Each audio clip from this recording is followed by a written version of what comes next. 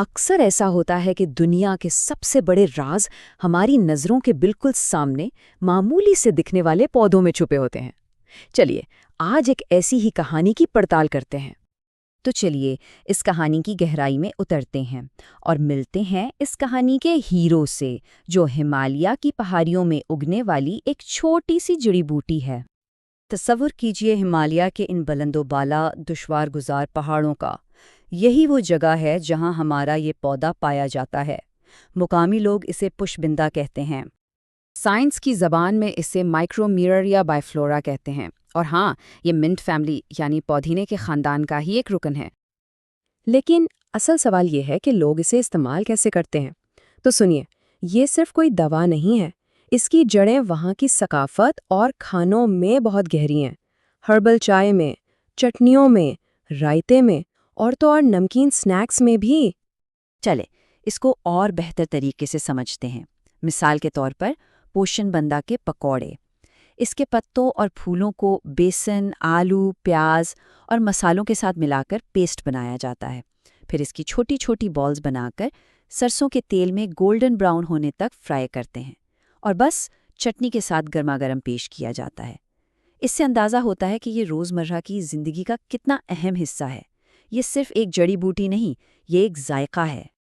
تو یہ تو ہوئی ایک پودے کی بات۔ اب ذرا اس تصویر کو تھوڑا بڑا کرتے ہیں اور اس پورے نالج سسٹم کو سمجھنے کی کوشش کرتے ہیں جس کا یہ پودا ایک چھوٹا سا حصہ ہے۔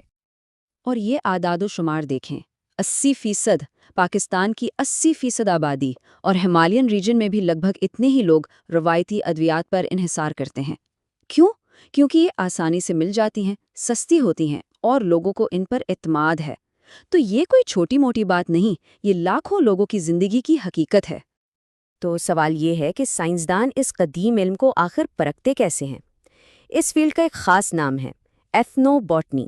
یہ وہ سائنس ہے جو اس بات کا مطالعہ کرتی ہے کہ انسان اور پودوں کا رشتہ کیا ہے، اور مختلف ثقافتیں پودوں کو اپنے فائدے کے لیے کیسے استعمال کرتی آئی ہیں۔ اس چارٹ کو دیکھیں تو پتہ چلتا ہے کہ یہ جو روایتی دواخانہ ہے، اس میں سب سے اہم کیا ہے؟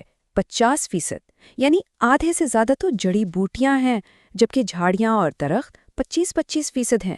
مطلب ہربز ہی اس پورے سسٹم کی بنیاد ہیں۔ اور اگر یہ دیکھیں کہ پودوں کا کون سا حصہ سب سے زیادہ استعمال ہوتا ہے، تو جواب ہے پتے، لیوز۔ یہ بتاتا ہے کہ یہ علاج کتنے آسان اور قابل رسائی ہیں۔ لیکن ہاں، اس کے لیے خاص علم ضروری ہے کہ کون سا پتا کب اور کیسے استعمال کرنا ہے۔ تو پھر ہوتا کیا ہے جب یہ روایتی علم، یہ صدیوں پرانی حکمت ماڈرن سائنس کی لیب سے ٹکراتی ہے؟ چلیے دیکھتے ہیں۔ سائنس اس کی وجہ بتاتی ہے فائٹو کیمیکلز میں۔ آسان لفظوں میں یہ وہ کیمیکل کمپاؤنڈز ہیں جو پودے خود پیدا کرتے ہیں۔ یہی وہ ایکٹیو انگریڈینٹس ہیں جو ان جڑی بوٹیوں کو ان کی طاقت دیتے ہیں۔ اور ہمارا پوشن بندہ یعنی مائکرومیریا بائیفلورا ان کمپاؤنڈ سے مالا مال ہے۔ اس میں فلیونوئڈ، ٹیننز، سیپوننز اور بہت طاقتور اسینشل آئلز پائے جاتے ہیں۔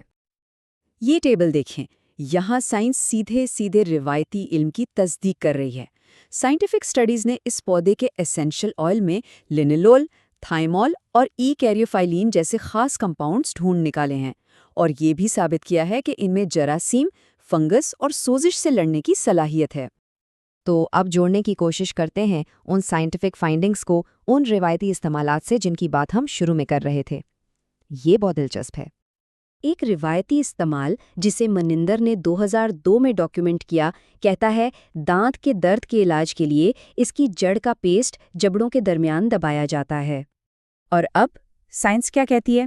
ماڈرن ریسرچ نے یہ کنفرم کیا ہے کہ اس پودے میں واقعی اینالجیسک یعنی درد کم کرنے والی خصوصیات موجود ہیں۔ دیکھا، روایتی حکمت بالکل صحیح تھی۔ ایک اور مثال لیتے ہیں۔ ہمالیہ کے علاقوں میں روایتی طور پر کہا جاتا ہے کہ سائنوسائٹس کے علاج میں پودے کا رس اندرونی طور پر لیا جاتا ہے اور سونگھا بھی جاتا ہے۔ اور اس کی سائنسی وجہ؟ لیب سٹڈیز بتاتی ہیں کہ اس کے اسینشل آئلز میں طاقتور اینٹی مائکروبیل اور اینٹی انفلیمیٹری اثرات ہیں۔ مطلب یہ انفیکشن سے لڑ سکتے ہیں اور سوجن کو کم کر سکتے ہیں۔ بالکل وہی چیزیں جو سائنوسائٹس کے خلاف درکار ہیں۔ تو ہم نے اس پودے کی اہمیت تو دیکھ لی، لیکن اب کہانی کا رخ ایک ایسے مسئلے کی طرف مڑتا ہے جو اس پودے اور اس سے جڑے علم دونوں کے لیے ایک بہت بڑا خطرہ ہے۔ یہ سمجھنا ضروری ہے کہ یہ صرف ایک پودے کا سفر نہیں ہے، یہ تو ایک مثال ہے۔ اس جیسے ہزاروں اور پودے ہیں جن میں نئی ادویات کی دریافت کا پوٹینشل موجود ہے۔ لیکن اس پوری زندہ لائبریری کو، اس قیمتی ورثے کو بہت سے خطرات لاحق ہیں۔ شہروں کا پھیلاؤ یعنی اربنائزیشن، زمین کا زراعت کے لیے استعمال، جانوروں کا حد سے زیادہ چرنا، پودوں کو غیر سائنسی طریقے سے اکٹھا کرنا، اور شاید سب سے بڑا خطرہ روایتی علم کا نسلوں میں آگے نہ بڑھنا۔ اور یہی اصل نقطہ ہے، جب یہ پودے ختم ہو جاتے ہیں تو ان کے استعمال کا صدیوں پرانا علم بھی اکثر انہی کے ساتھ دفن ہو جاتا ہے۔ یہ ایک دوہرا نقصان ہے، ہم قدرتی وسائل بھی کھو رہے ہیں اور اپنی ثقافتی وراثت بھی۔